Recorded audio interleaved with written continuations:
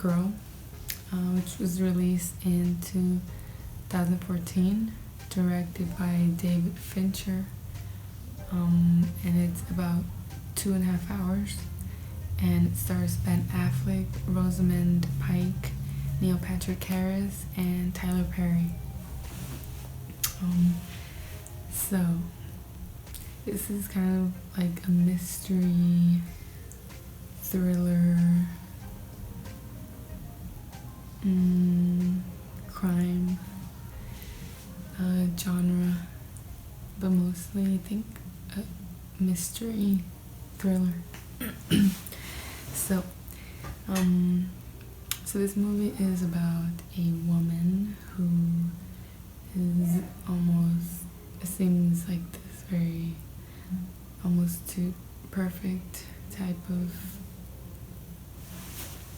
aura about her, and she is the like the inspiration for her parents' children's book that they have, but in like an opposite way, sort of. So wherever she lacked the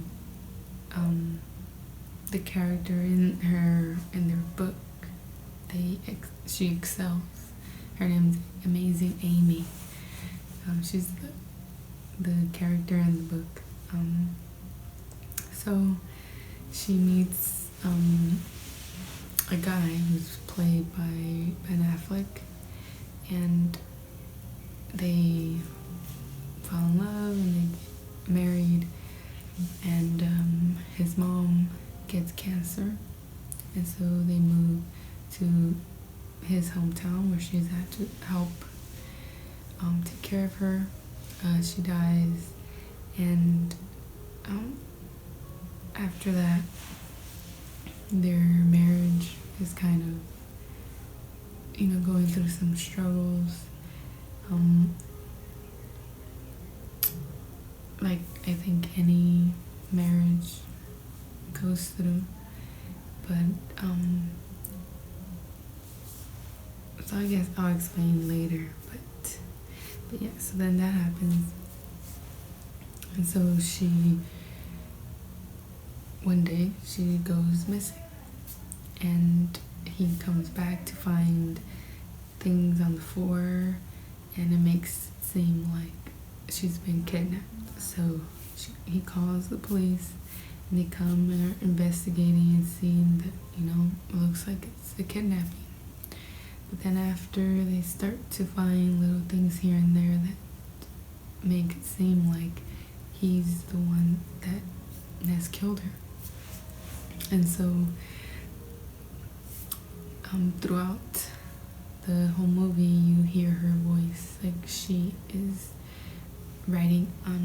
she has been writing in a journal, and so you hear her kind of reading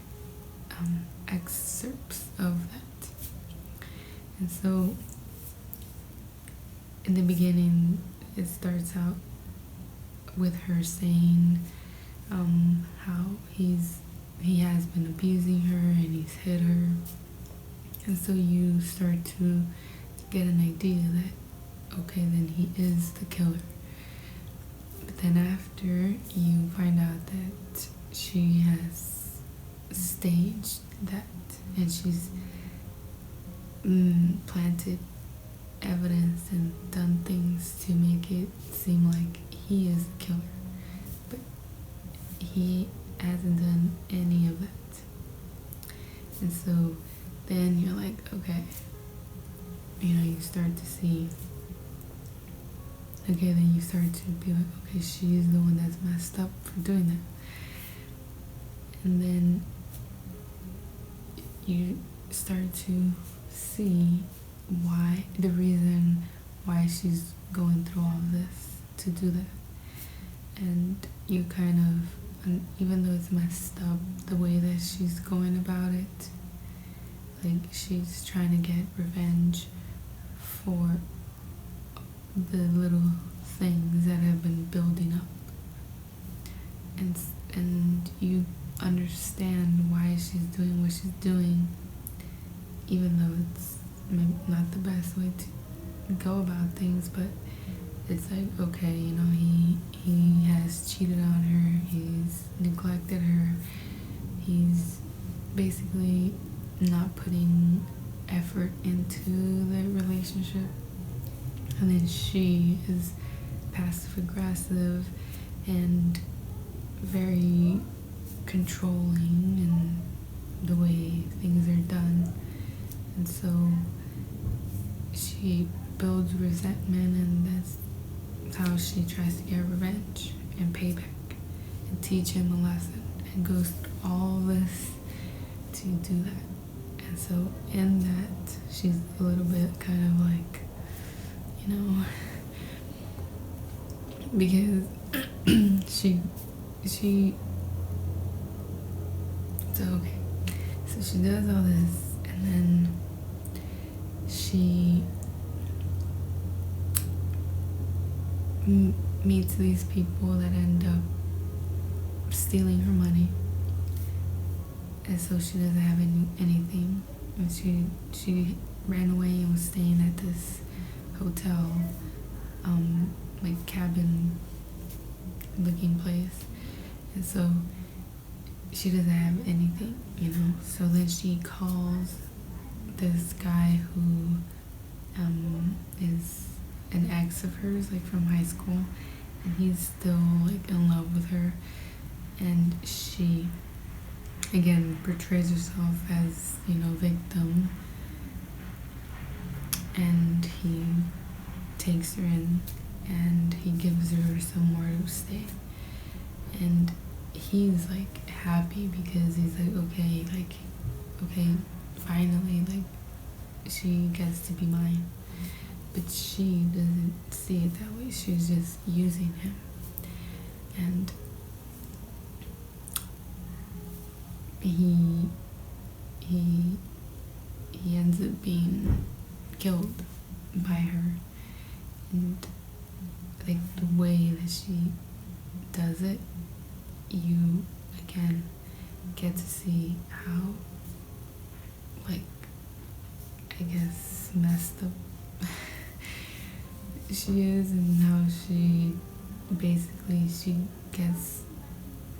what she wants, and it doesn't matter how she does it,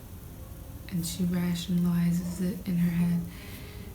about what she's doing, like, and how she's going about doing those things. And yeah, so she uses that as part of her story, because then in that process, the guy, Ben Affleck,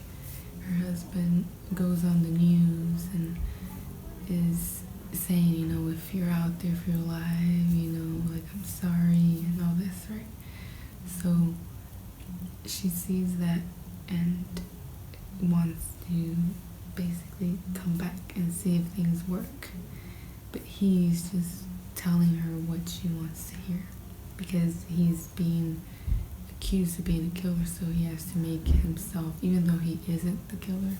but he's trying to make himself as the perfect husband, so that, you know, he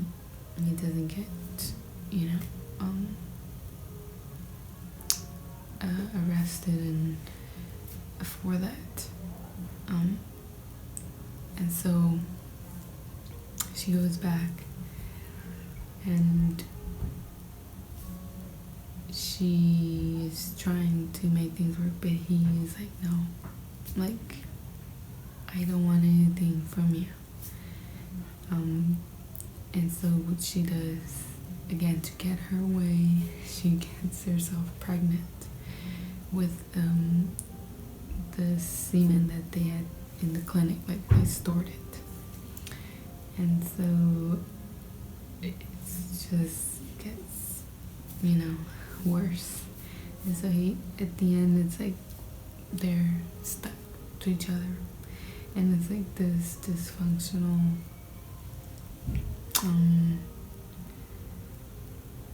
relationship that, you know, the husband is, you know, not being the best husband, you know, And so there's passive aggressiveness, and then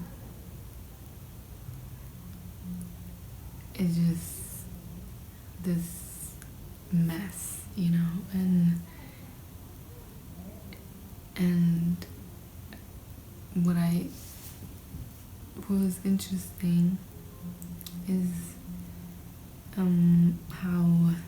at the beginning you think it's one thing, but then they give you more information, and then you're like, okay, no, really, okay, I can see how, you know, she's trying to do all this to get revenge,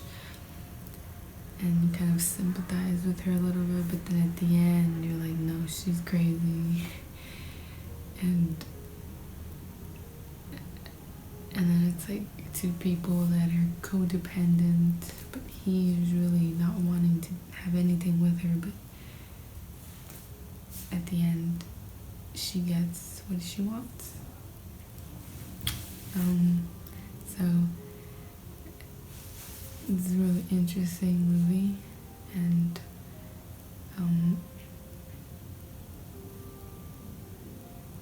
just how, you know, I guess not usual to see the woman be portrayed as the villain, and kind of having that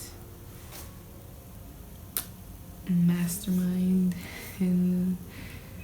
evil way to plan out all these things. Like, she was very methodic